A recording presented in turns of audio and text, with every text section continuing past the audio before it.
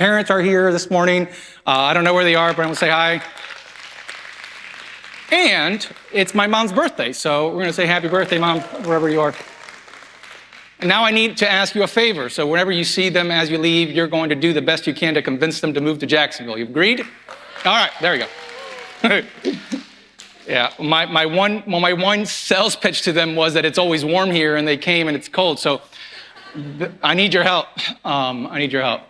Last week, we started off the year talking about this theme called One, Live for What Matters Most. And when you leave today, if you're going through those doors, you're going to receive a booklet. It's more of a booklet than a card. And I want to go through it again today so that you know what we're talking about as we're gearing our lives and focusing on what matters most in life. And so you're going to get this when you leave. You'll be able to read this at home, which is a description of what we're doing this year. You'll have this page here to write your personal spiritual goal.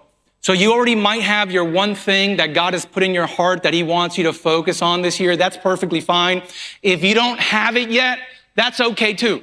That's okay too. God will show you in time what your one thing to focus on this year. And some of those examples could be that you want to pray more, or that you want to study the scripture more, that you want to study with others, that you want to serve in the community or in the church. Maybe it's you want to be at worship every single Saturday. Maybe you want to learn more about what it means to do Sabbath rest on a weekly basis. Those are just some examples. It could be anything that God puts in your heart. And so there's something powerful about this idea of one. You might already have nice rhythms and habits in your life, and I applaud you and encourage you. I want to learn with you, right?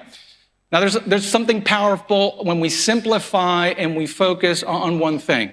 And we'll talk about it throughout the year. So whether you're on the fence about this, whether you got too many things going on, I'm going to ask you to at least keep a little window of possibility open in your heart for this to become a reality in your life, in your family's life this year. So personal growth.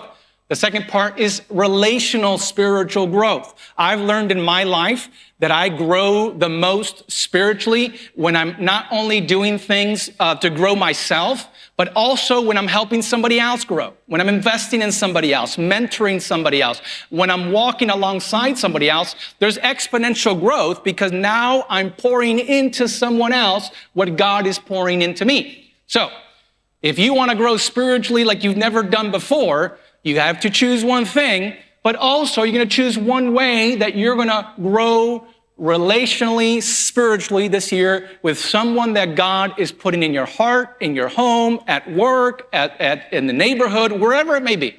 God is going to put somebody's name in your heart throughout the year, and you're going to begin to pray for that person, talk with that person, listen with that person, and you might be surprised. It might be the person that you originally didn't want, you originally didn't choose. And maybe you didn't choose them on purpose because they're the type of person that you don't want them to be your one. You want them to be on a different list, right? But you just don't know how God works things out. And the people that maybe we resist the most are the ones that God wants us to love the most. I'm not going to preach. I'm just showing you a card. So we'll keep going. We have an opportunity here to do some weekly reflecting on how God is growing us and things are changing. It's perfectly fine that if nothing happened that week, put nothing. Best thing we can do with ourselves is be honest with ourselves. And so you'll be able to log your growth there. And then you're going to sign this and date it when you make those commitments, because there's something powerful that happens when we put ink to paper. We make a commitment with ourselves and we make a commitment with God. Okay, so when you leave today, you'll be able to grab one of these and begin to work on it, all right? So the sermon series we're working through the first 2 months of the year is also called One, Live for What Matters Most. And today we're talking about distractions. How many times are you distracted per day? Anyone? Anyone know? A lot? Raise your hand for a lot. Yeah. How many of you are hyper-focused and just get all things done? I saw a couple of hands. You all need to come up front next week. Tell us how it's done. So in medieval times, there was something called death by distraction.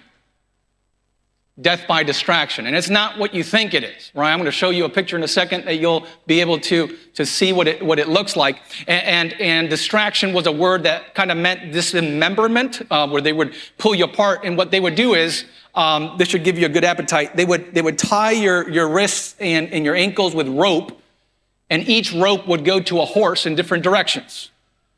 And they would slowly have the horses move in different directions to cause you pain. And the longer they could cause you pain, the more you were distracted, right? You were distracted because things were going in different directions, right? And in different parts of Europe, it was also called drawing or quartering because, well, I don't want to get into that, okay?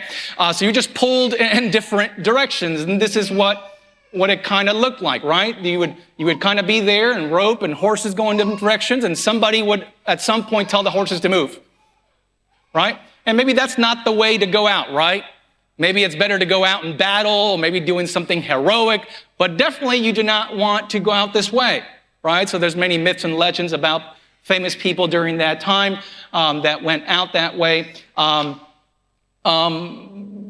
But maybe this image here is not too different than 2025.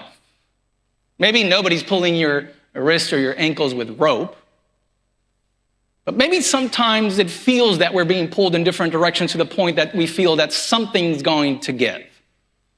Now, that something's going to either burn out or something's going to get frustrated or just we're not going to be able to contain our emotions anymore. There's going to be a level of frustration that we're not going to be able to keep those words in that we've been holding on too tight, and something's going to explode, something's going to give, something's going to break. And I think at times, if we're not careful, we can live constantly distracted, but at the same time tell ourselves that we're hyper-focused, that we're getting things done, that we're being productive.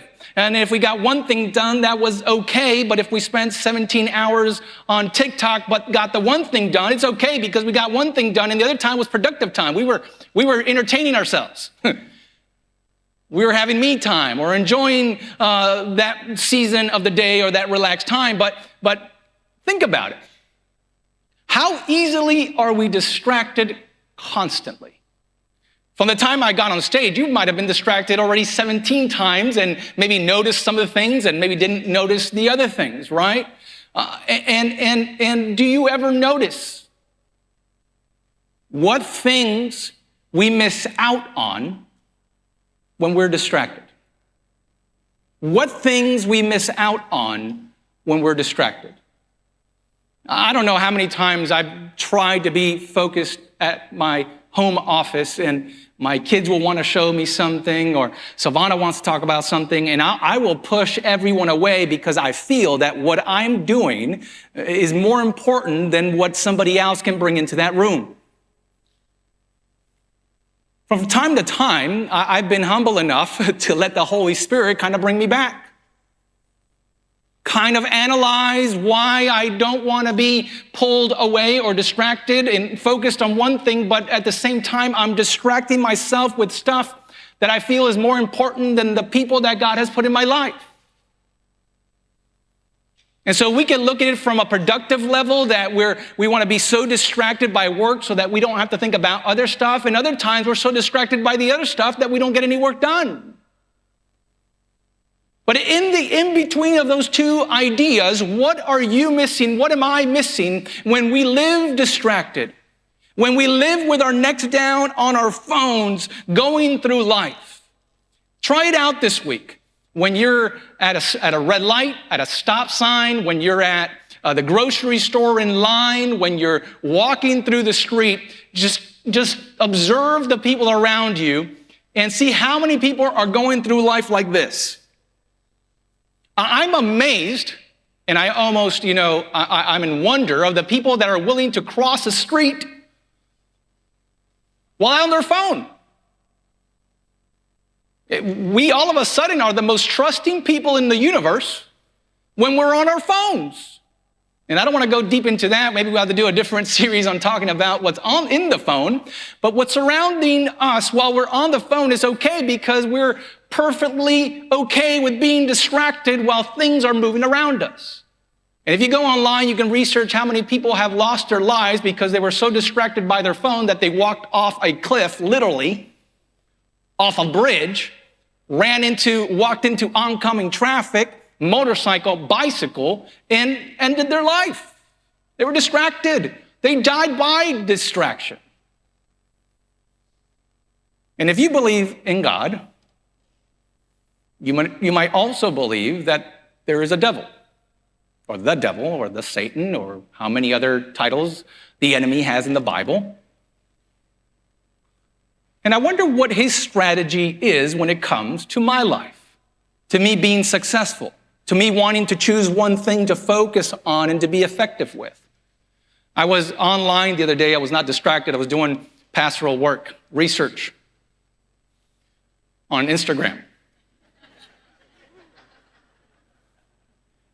That's what I'm going to start calling it now. And I ran into a clip of a pastor who came up with a clever idea. He went on to ChatGPT, and he told ChatGPT, if you were the devil, what things would you do to prevent me from being successful? And so he started naming the list, and I was like, this is amazing. I was a little bit in disbelief, and so I got off the phone, got on my computer, went to ChatGPT. That's the only time I use it, folks, okay? I went into ChatGPT, and I put, ChatGPT, if you were the devil, what would you do to prevent me from being successful? The first thing that popped up, guess what it was? Distraction. And I looked at it, and I was like, yeah, if he can pull me in different directions, I will grow so tired and weary and frustrated and hopeless, and I'll give up on people and loving and forgiving, and I'll just think that it's better to live on my own than to live with people or to trust God or believe anything greater because I just keep getting hurt or pulled and it doesn't work out. There's too many things happening. I had a professor in seminary that said multitasking is not a real thing. And I said, that's not true. It is a real thing. He said, it's not a real thing. It is impossible to do more than one thing well at the same time. And I said, let me prove you wrong. He said, deal. I said, okay, let me be on my laptop using the internet freely for whatever I want during your class, and I promise you I'll get an A. He said, all right. I don't know what he did, but that class from one day to the next became the most difficult class, right? I was on the internet reading about sports stuff on ESPN, and I had missed out on like valuable content that everything I missed out seemed to be on the next test. So by the first quarter, I was like, I give up, you win. I can't multitask in your class. And then I started thinking about, how many things do I try to multitask? I mean, you think you need to evaluate that, right? Sometimes I try to multitask with God and hoping that my prayer life will grow, that while I'm praying, I have the phone going or music going or other things going, and there's so many distractions. We try to have human interaction and communication, whether it's with your spouse or your kids, and we get frustrated when we feel that we're not listened to, and so we say, pay what? Attention. It's an interesting phrase, right? Pay attention, like if it were a monetary exchange or something of value, that we can pay attention by our body posture and by how we're looking at someone and how we're reacting to the conversation. It's showing devotion or attention or concentration in what's happening. It's almost the opposite of being distracted. Corrie ten Boom has this phrase that I wanted to share with you today. She said, if the devil cannot make us mad, he will make us busy. For either way, he will keep us from our time with God. If he can't make you bad, he'll make you busy. There was a study done, I think in 2010, students from Harvard, and they titled the outcome of their study, A Wandering Mind is an Unhappy Mind. A wandering mind is an unhappy mind. And they studied thousands of individuals.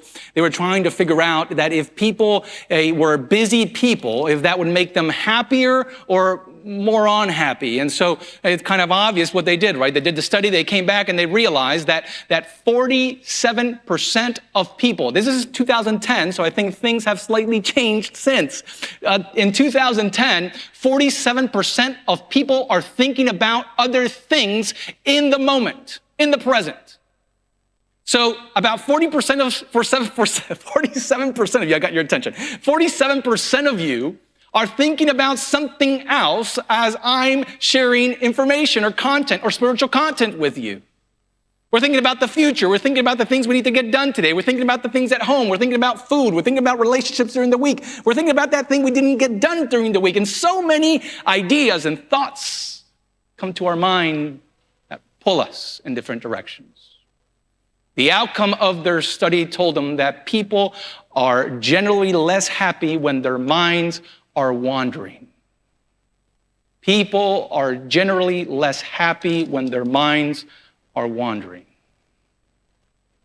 So, what is distraction causing in your life today? There's maybe three things or maybe more. It's causing us to be oversaturated. There's so much information, so many news cycles that happen in a 24-hour day, so many things happening constantly.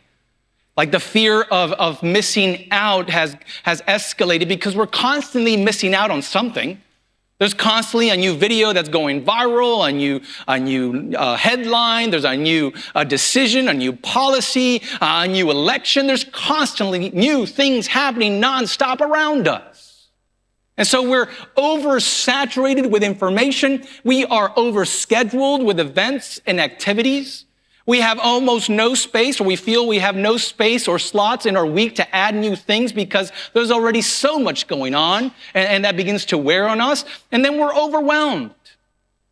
We're overwhelmed with things that happen far away from us in the world. If you're watching the news this week, our heart's breaking for the thousands of people that lost their homes in California. And then on the East Coast, we have a winter storm. Like, who makes sense of these things, right? In our hearts take on all of these things all of the time, and our hearts feel heavy most of the time. It's no wonder that we have such a hard time paying attention or feeling or connecting, feeling empathy and compassion for other human beings, because we're over the top. And our hearts are constantly wearing down with everything that we want to pay attention to. So what if what we give our attention to is what shapes our lives? What if what we pay attention to is what's shaping your heart, your worldview, your thoughts, your actions, and your reactions? What if being pulled in different directions is not a good thing? It's not healthy. What if it's not productive to be constantly moving and active and constantly doing work? What if there was a different way to live? So I have a question for us. What are you distracted from from what truly deserves your attention? What are you distracted from that truly deserves your attention? Now, maybe a story I'll share with you now can help us all in that process of discovery. Jesus had a group of friends that he would visit from time to time, and he loved to be with them. It was Lazarus, Martha, and Mary.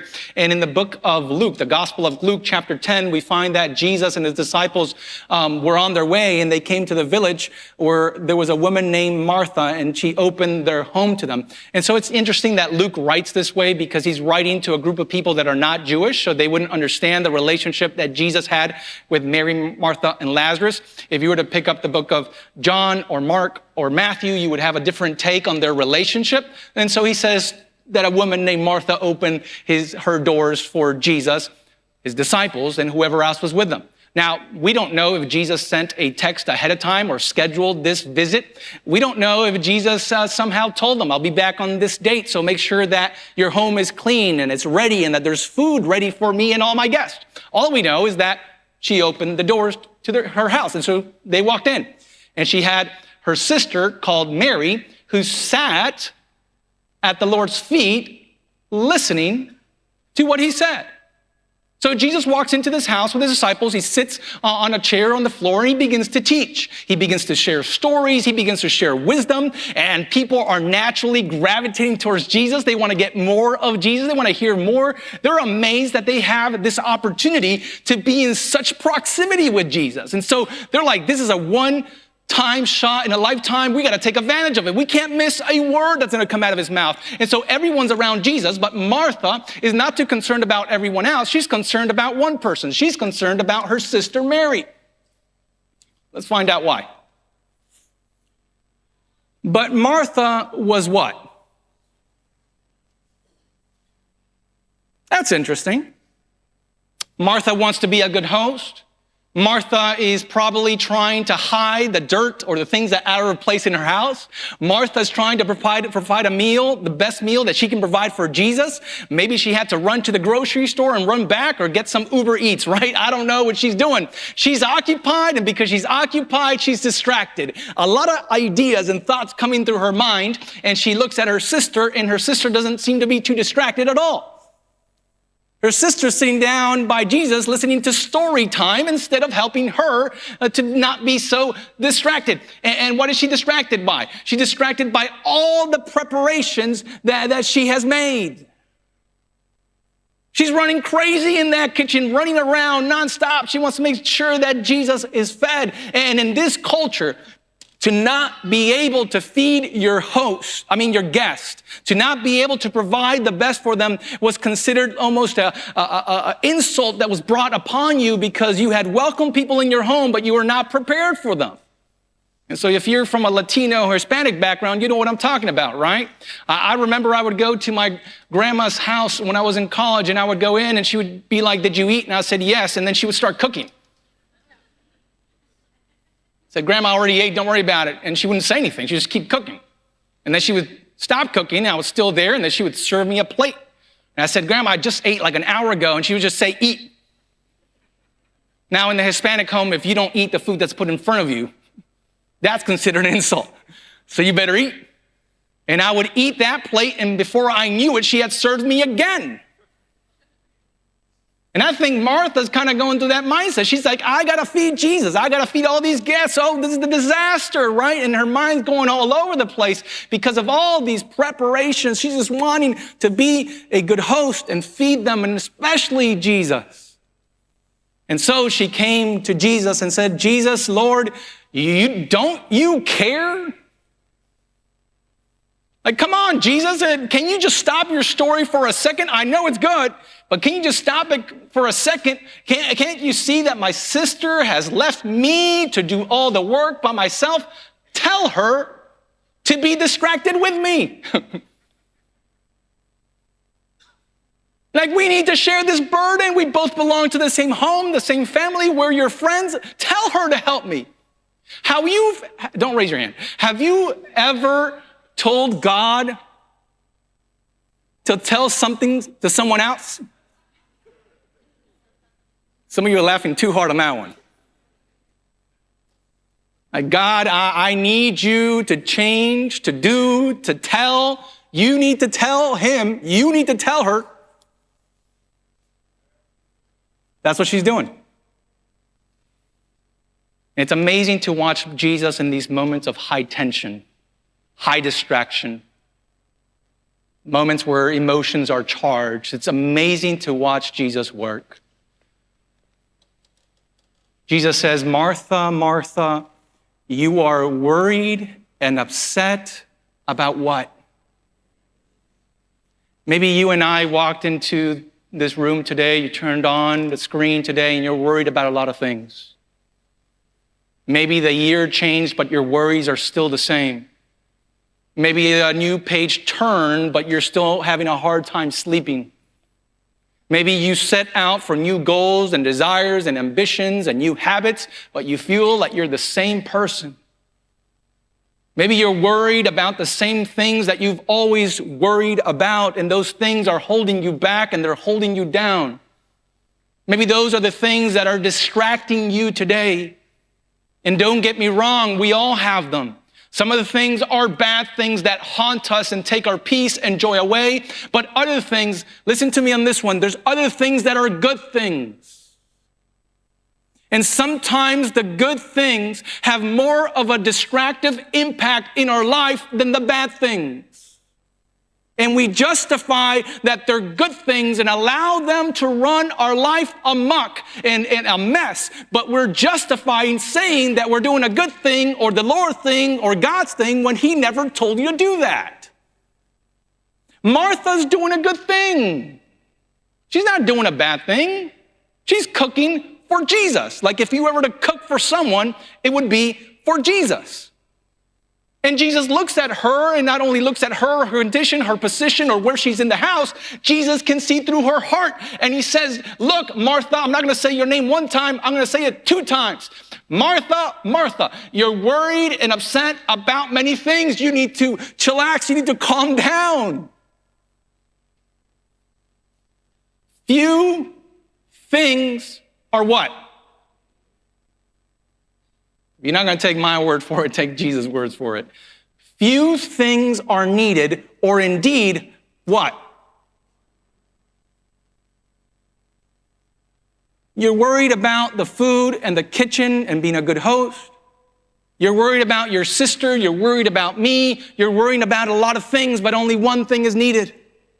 You don't need all those things. We don't need food. Remember, Martha, when I multiplied just 1 loaf into a bunch? Some fish. We don't need to worry about all those things. You just need to worry about one thing. Look at your sister. She has chosen what is what?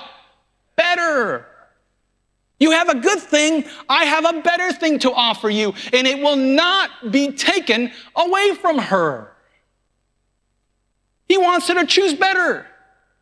How many of you know about Big Franks? That's it. Do I need to explain this now? All right, so Big Franks it's a product. I'm not going to say what's in it. I'm just going to say that as Adventists, we consumed a lot of it trying to replace real hot dogs. For a long time, we believed that Big Franks, I'm not going to get caught in this. Okay, we thought it was a good thing. So if you put Big Franks in, no offense to people who love Big Franks. I ate Big Franks a long time. It got me through seminary. And then I needed to do a cleansing, okay? And so Big Franks are a good thing.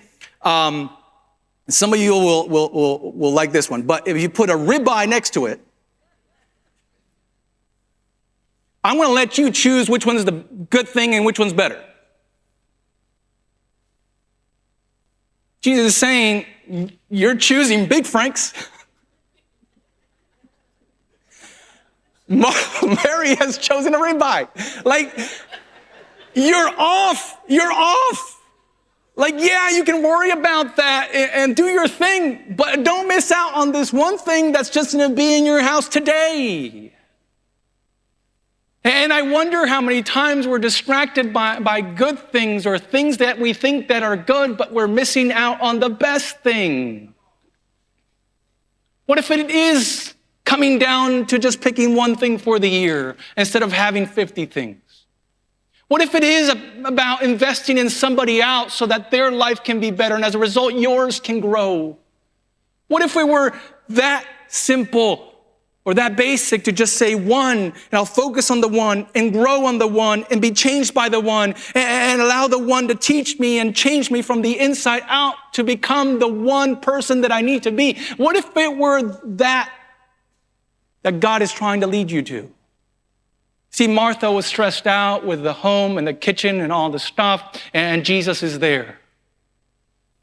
Jesus is in that family room and he's having a good time. I don't know, maybe he's telling some jokes or telling some stories or teaching about God. All we know is that Mary is at Jesus' feet and she's taking all of it in.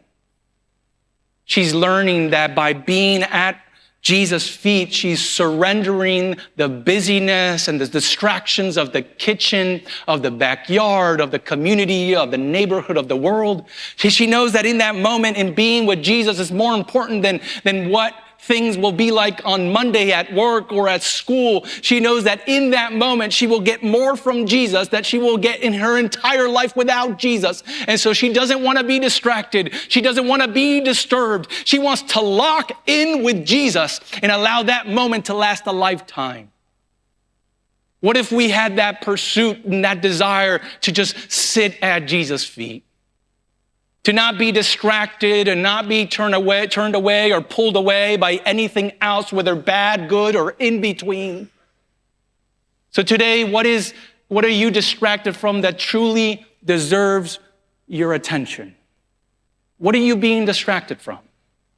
What are you being pulled away from? Why are you running busy and nonstop like your life depends on it while missing out on the best thing? There's two things that we can do this week that I want to share with you that are very simple, right? The first one is that we need to identify our distractions. It's so important that you identify the things that are distracting you today, right? So for some months now, I've come to accept that this little thing distracts me a lot. So if I want to have productive and good and deep time with Jesus, I can't have this in the same room with Jesus and I. I gotta put it somewhere else. I gotta put it far away from me. Because I know if I put this distraction away, then it's less likely that I'll get distracted as I'm trying to have time at Jesus' feet. But I had to identify it. I had to identify my desire to stay up with news or information that's coming for me. I had to be willing to put it away so that I could be connected with God. And as I put one away, I discovered another distraction, and another distraction, another distraction. I began to identify them. I can't change all of them overnight or correct them, or sometimes you don't even have power all of them. But you can begin to identify them. And as you identify your distractions, you can begin to determine what your priorities are. So for example, how do you start your day every day? How do you start your day? What are the things that you do in the first 30 minutes after you've woken up? Some of you might be like, well, I try to wake up again, right? You just keep falling asleep, waking up, falling asleep, waking up. But how do you start your day? During the day, where can you choose better? What things can you do today to improve the direction that God wants you to do? I promise you, if you try these two things this week, if you identify your distractions and determine your priority, most likely you're going to begin to live for what matters most this week. Begin to identify the distractions and identify your priorities. You will begin to live for what matters most. I want to go back to what Jesus said. Only one thing is needed. Not two things, not three things, not 10 things, just one. And the world around us will tell us that it's more than one thing needed. If you go to your boss and say, I'm just going to do one thing here on out, you're probably going to get fired. But the workplace is going to tell you one's not enough. Your school's going to tell you one's not enough. If you go to the store and you're going to buy one thing, you'll feel it's not enough. If you're purchasing online, one thing's not enough. As a matter of fact, everywhere around us, whether externally or internally, we feel that one is not enough. And I think that's true. One's never going to be enough unless that one is Jesus. Because Jesus is the only one that can fill my heart. Jesus is the only one that can calm my fears. And Jesus is the only one that can understand my past and my present. Jesus is the only one that knows my circumstance and scenario. Jesus knows my fears. Jesus knows my mistakes. He knows my flaws. He knows everything. And he's enough, not only because he knows all those things, but because one day he chose to leave heaven. One day he chose to leave his place that he called home, place of comfort, place of safety.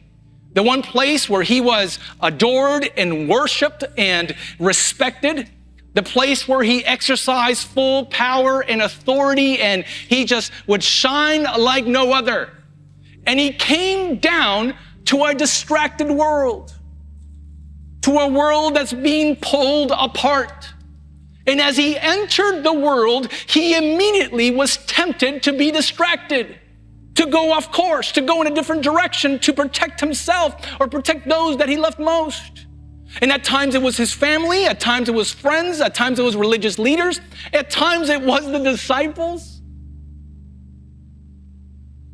But ultimately, the Roman Empire took him, lashed his back 40 times to convince him that it was better to be distracted than to focus on that one thing. But he endured all of it because he had chosen his one thing before he had ever stepped into the darkness, before he had ever stepped into the chaos, before he had ever stepped into a world full of sin and selfishness and pride. And he could feel himself being pulled apart in different directions, but he was sold out for his one thing. There was no way that Jesus viewed his life coming to an end without coming to the cross, because the cross was the one thing he had on his mind. Because he knew that if he endured and got to the cross, and he was put on that cross and killed, he knew that he would come back. If he died on the cross and came back, then those that live a distracted lifestyle, those that feel pulled apart, would find hope that Jesus chose one thing. Sometimes I wonder why Jesus chose all of that. Sometimes I get frustrated with the world and distracted. I'm like, why did he come down here? Why didn't he just start over with me or with us? Right? He couldn't. Because he loves you and he loves us so much that it hurts his heart when we're distracted and pulled in different directions. So he was willing to be pulled apart so that you and I could be made whole today. As the worship team comes up and as we sing this next song, it's an opportunity for you to come to Jesus' feet and say, Jesus, I want to come to your feet and surrender. I want to surrender my distractions, my heavy heart, parts of me that feel overwhelmed, oversaturated. I want to surrender those feelings that pull me in different directions or that pull me away from you or from people or from church or from the things that you have for me. It's an opportunity to stand up as you feel Jesus calling you and to come up front as they're singing, to show Jesus, to show the church, to show the world that you're done and tired, sick and tired of being distracted, that you don't want to live the rest of your life being torn and pulled and just go, go, go. You want to live for something that matters. You want to make a difference in your life and in the world, and it starts with one thing, with you accepting Jesus as your personal Savior. So as the worship team sings, if you feel that Jesus is calling you, stand up, come up front. We're going to have a special prayer at the end, asking for Jesus to bless you, to pour over on you, to heal you, to forgive you, to help you start new, to have that conviction to pick the one thing and to stay dedicated to that one thing until Jesus proves himself over and over and over again.